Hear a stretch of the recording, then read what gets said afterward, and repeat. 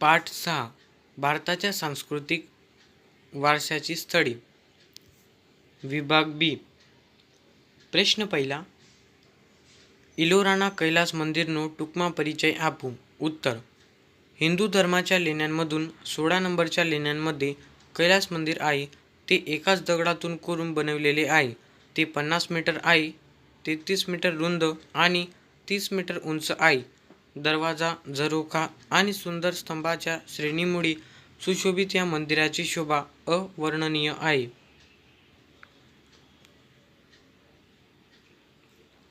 प्रश्न दुसरा. चंपानेरનો परिचय આપો. उत्तर.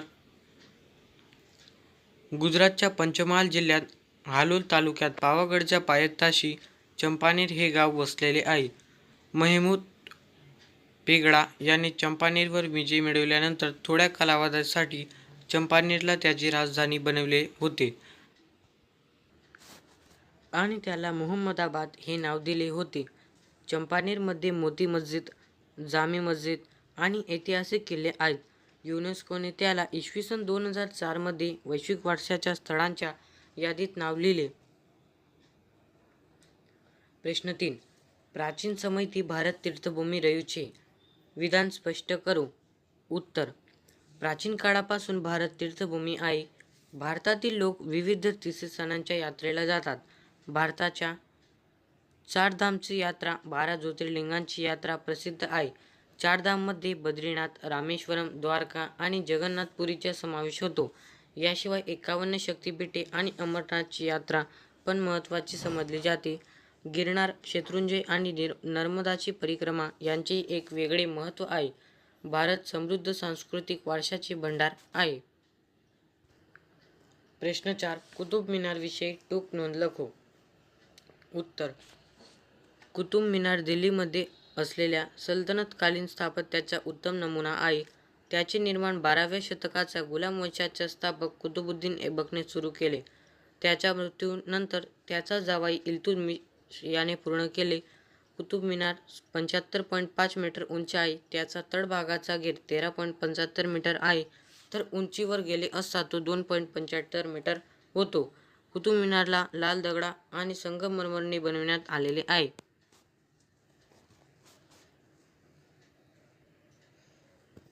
प्रश्न 5. फतेपूर सिक्री विषयी टूक नोंद लखो. उत्तर. उत्तर प्रदेशातील आग्र्यापासून 26 मैल दूर फतेपूर सिक्री आहे. अकबरने सुफी संत सलीम चिश्तीच्या स्मृतिप्रित्यर्थ हे शहर वसवलेले होते. सिक्रीमध्ये इमारतीचे बांधकाम कार्य इ. स. 1569 मध्ये सुरू झाले आणि इ. स. 1572 पर्यंत येथे अनेक इमारती बांधल्या गेल्या. या इमारतींमध्ये बिरबलचा महल, बीबी मरियमचा सुनहला महल, तुर्की सल्तनत महल, जामा मस्जिद आणि त्याचा बुलंद दरवाजा श्रेष्ठ आहे.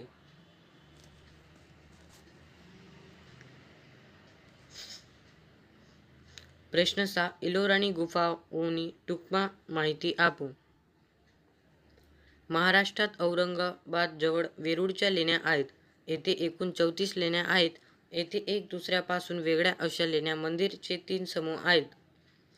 पहिले बौद्ध धर्माच्या लेण्या 1 ते 12 नंबरच्या लेण्या आहेत. दुसरे हिंदू धर्माच्या लेण्या 13 ते 29 नंबरच्या लेण्या आहेत. तिसरे जैन धर्माच्या लेण्या 30 ते 34 नंबरच्या आहेत. दुर्गम पहाड असणाऱ्या विस्तारामध्ये वेरूळच्या लेण्या इ. स. 600 ते इ. स. 1000 काळातील आहेत.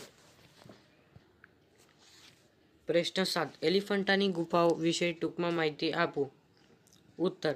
महाराष्ट्रामध्ये मुंबईपासून जवळजवळ 12 किलोमीटर दूर अरबी समुद्रात एलिफंटाच्या गुफा आहेत. एलिफंटाच्या गुफांची एकूण संख्या 7 आहे. या जागेला एलिफंटा हे नाव पोर्तुगीजांनी दिले. त्यांनी हे नाव येथे दगडामधून कोरलेल्या हत्तीच्या शिल्पामुळे दिले होते. येथील गुफांमध्ये अनेक सुंदर शिल्पाकृती कोरलेल्या आहेत. त्यातील त्रिमूर्ती ब्रह्मा, विष्णू आणि महेशची गणना जगातील सर्वोत्तम त्रिमूर्तींमध्ये होते. ही गुफा नंबर 1 मध्ये आलेली आहे. 1987 मध्ये युनेस्कोद्वारे वैश्विक वारशाच्या स्थळात याचे नाव नोंदवण्यात आले.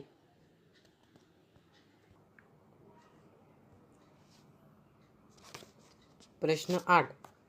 ખજુરાહોના મંદિરનો પરિચય આપો. उत्तर. मध्य प्रदेशात छतरपूर जिल्ह्यात खजुराहो येथे हे मंदिर आहे.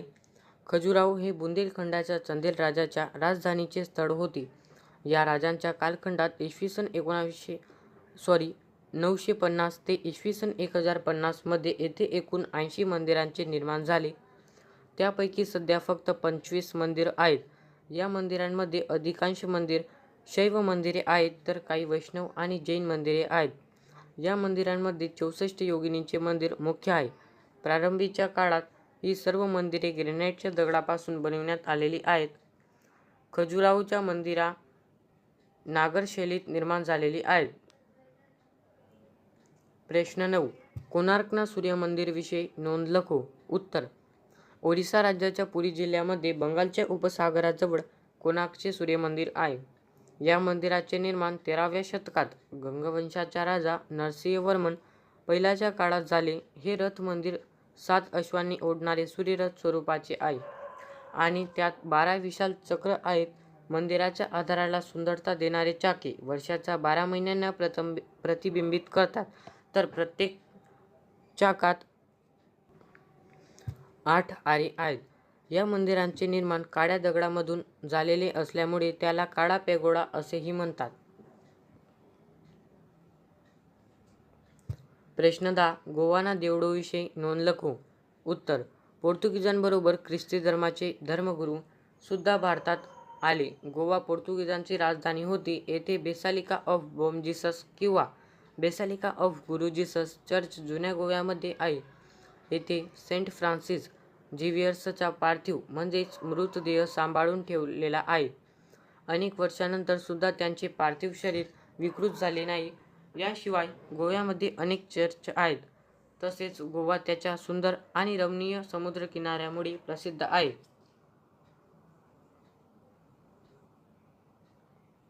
प्रश्न 11. अहमदाबादમાં આવેલા सांस्कृतिक वारसाના સ્થળોની यादी બનાવો.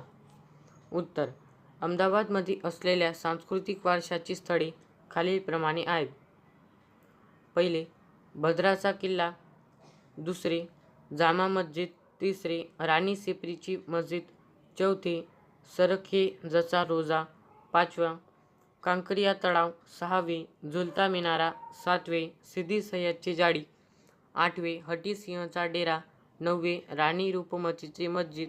10वे, रांगपूरचा दरवाजा बाहेर राजपूर गोमतीपूरमध्ये असलेला झुलता मिनारा.